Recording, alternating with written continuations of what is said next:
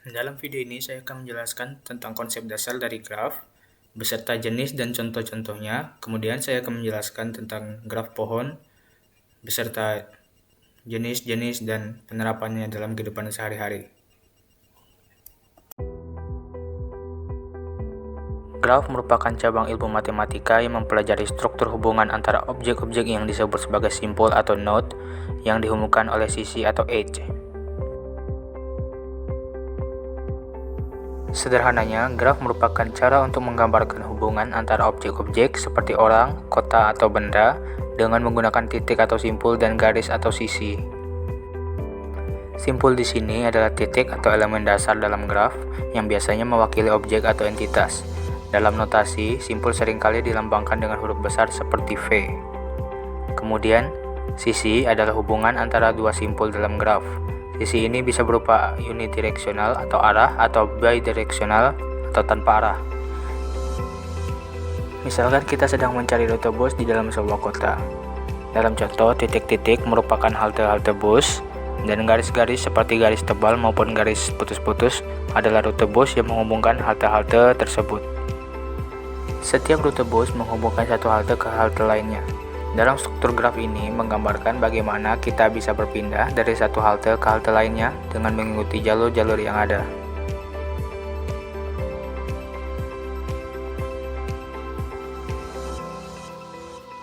Yang pertama yaitu graf tak berarah atau unidirected graph. Graf tak berarah adalah graf di mana setiap sisi tidak memiliki arah, yaitu hubungan antara simpul atau vertex bersifat dua arah.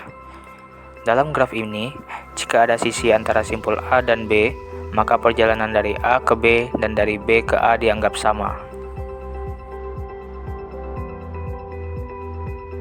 Contoh graf tak berarah dalam kehidupan sehari-hari yaitu yang pertama jaringan sosial, yang dimana misalkan dalam suatu komunitas, orang-orang bisa saling berhubungan satu sama lain tanpa arah tertentu. Kemudian contoh kedua yaitu rute jalan raya yang dimana dua kota terhubung oleh jalanan bebas hambatan, yang dimana jika ada jalan dari kota A ke kota B maka secara otomatis ada jalan dari kota B ke kota A. Jenis yang kedua yaitu graf berarah yang dimana sisi-sisi memiliki arah tertentu atau hubungan antara simpul bersifat satu arah, yang berarti perjalanan dari simpul A ke simpul B tidak sama dengan perjalanan dari simpul B ke A. Contohnya yaitu pengiriman barang, yang dimana misalkan dari gudang A mengirimkan barang ke gudang B, kemudian dari gudang B mengirimkan barang ke kota. Ketiga, graf berbobot, yang dimana graf ini setiap sisinya memiliki nilai atau bobot tertentu. Bobot ini bisa menunjukkan jarak, biaya, waktu, atau ukuran lainnya yang relevan dengan hubungan antar simpul. Contohnya di sini yaitu jarak antar kota, yang dimana bobot di sini misalkan seperti jarak kota A ke kota B yaitu 50 km, kemudian jarak dari kota B ke kota C yaitu 30 km.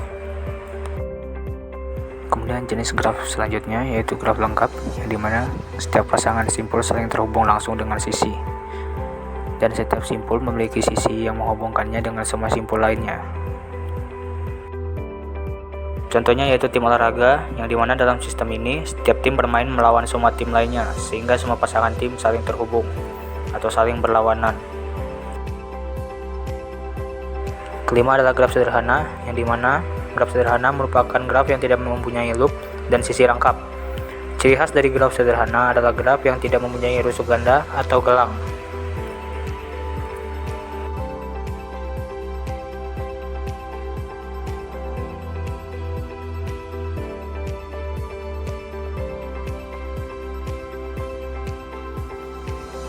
Yang pertama yaitu daftar ketetanggaan, yang dimana daftar ketetanggaan adalah struktur data yang menyimpan setiap simpul atau vertex dalam graf dan menyimpan daftar simpul-simpul yang terhubung atau tetangga dengan simpul tersebut.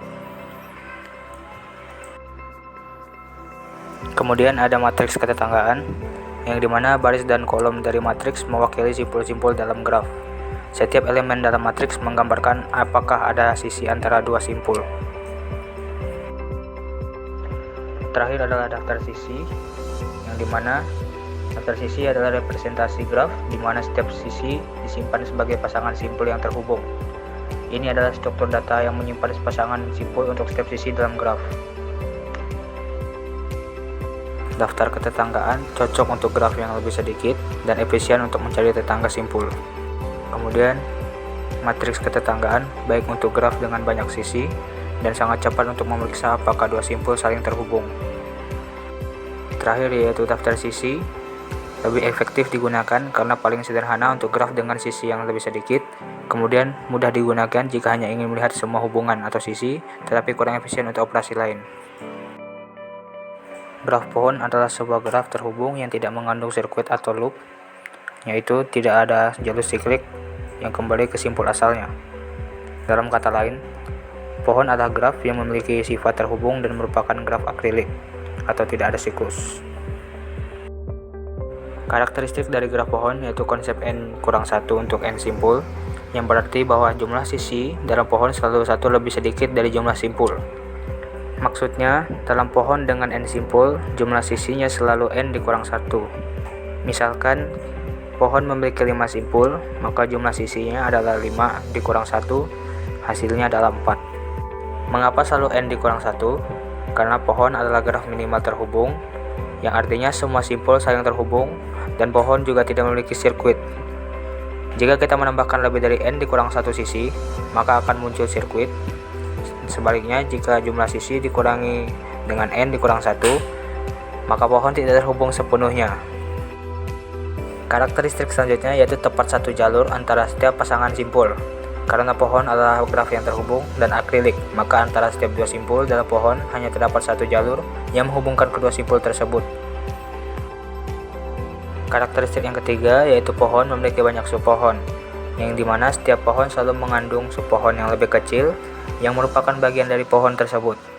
Subpohon adalah graf terhubung yang dapat diperoleh dengan memilih simpul dan sisi tertentu dalam pohon dan memandangnya sebagai graf terpisah.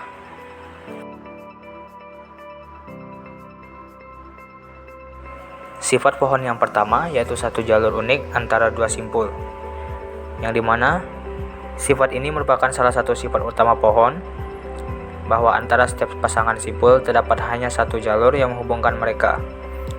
Jika ada lebih dari satu jalur antara dua simpul, maka graf tersebut tidak lagi menjadi pohon, karena itu akan mengandung siklus. Sifat pohon yang kedua yaitu pohon tidak mengandung siklus, yang artinya tidak ada jalur yang dapat kembali ke simpul awal setelah melalui beberapa sisi. Sifat pohon yang ketiga yaitu pohon bisa digunakan untuk representasi hierarki.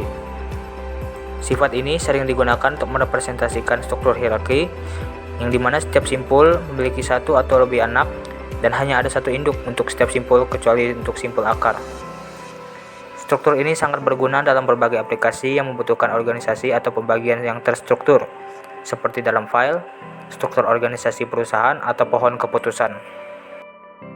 Pohon sering digunakan untuk merepresentasikan struktur organisasi perusahaan, di mana simpul mewakili karyawan dan sisi menghubungkan atasan dan bawahan.